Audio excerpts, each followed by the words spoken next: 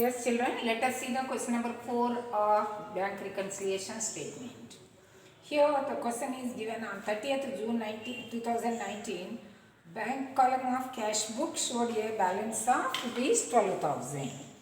But the passbook showed a different balance due to the following reasons. First one is checks paid into. Paid into means deposited, or sent means deposited. Deposited into bank rupees 8,000. But out of these, only checks of rupees 6,500 credited by bankers. Means these checks were collected and credited. See, 8 rupees 8,000 checks worth checks were deposited, but only 6,500 checks were collected. So the remaining 1,500 is not collected. That is to be deducted. Means here it is written checks are deposited but not credited by bank. Why? Because we have added it. We have written on the debit side of cash book. That is in the bank column. So there the balance is showing more. So due to which, therefore we have to deduct it. If we deduct this 1,500 from 12,000, we can get the balance equal. Likewise, the receipt column of cash book under cost. Under cost means cost short, totaled short. So because of which the cash book balance is showing less than the passbook balance. So add it up to the cash book balance. Under costing of receipts column of cash book rupees 200. And on 29th June, a customer deposited rupees 3,000 directly into bank. We have seen direct deposit made by customer. Why? Because it is added in the passbook balance, but it is not recorded in the cash book because the customer does not know. So if you add it, the balances will be equal. Add it up, and checks of rupees 9,200 were issued, of which 2,200 only 2,200 were presented for payment on 15th July. See, when are we making this statement? The 30th June. Means those two checks, 2,200 both checks were presented on 15th July. Means so before this date, those were not presented.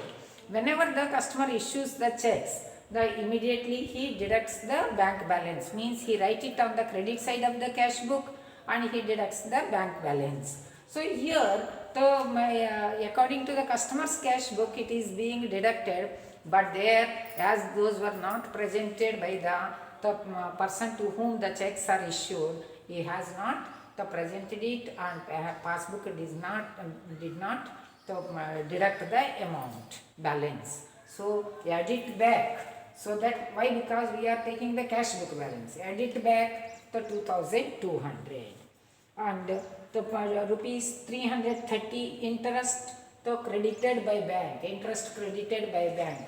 We too add it to the cash book balance. Likewise, bank charges deducted or debited by bank.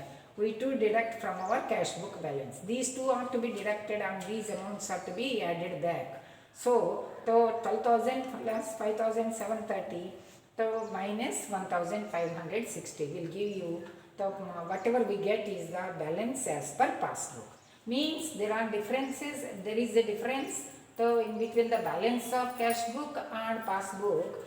Because of these reasons.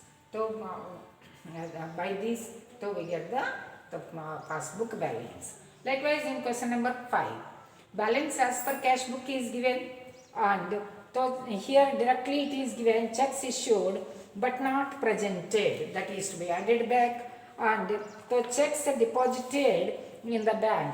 Checks are deposited. So as our cash book is showing more balance, because of this deduct it, and bank paid insurance premium. On the standing instructions of the customer, bank has paid direct the payment to the insurance company. So we did not know so far. Now deduct it. And bank charges deducted. Why? Because the bank has deducted from the bank passbook, but we have not deducted it. Now deduct it. Whatever bank does, we too have do. And if you have done, it is not done in the cash passbook, then we have to do it contrarily. And direct deposit made by customer, just now we have seen here, and interest collected by bank means bank has credited in our account. We did not know so far, so we have not added up to the balance. So add it up, and by the cash discount allowed. See, to a customer we have allowed the cash discount. Actually it is to be written in the discount column of the cash book, but by mistake the customer has written it in the bank column. So the bank balance has means debit side. Bank balance has been increased according to our cash book. So deduct it. So by all these amounts are to be deducted and these three are to be added so that we get the balance as per passbook. This is how to prepare bank reconciliation statement when we start with cash book balance, so that we will arrive the passbook balance.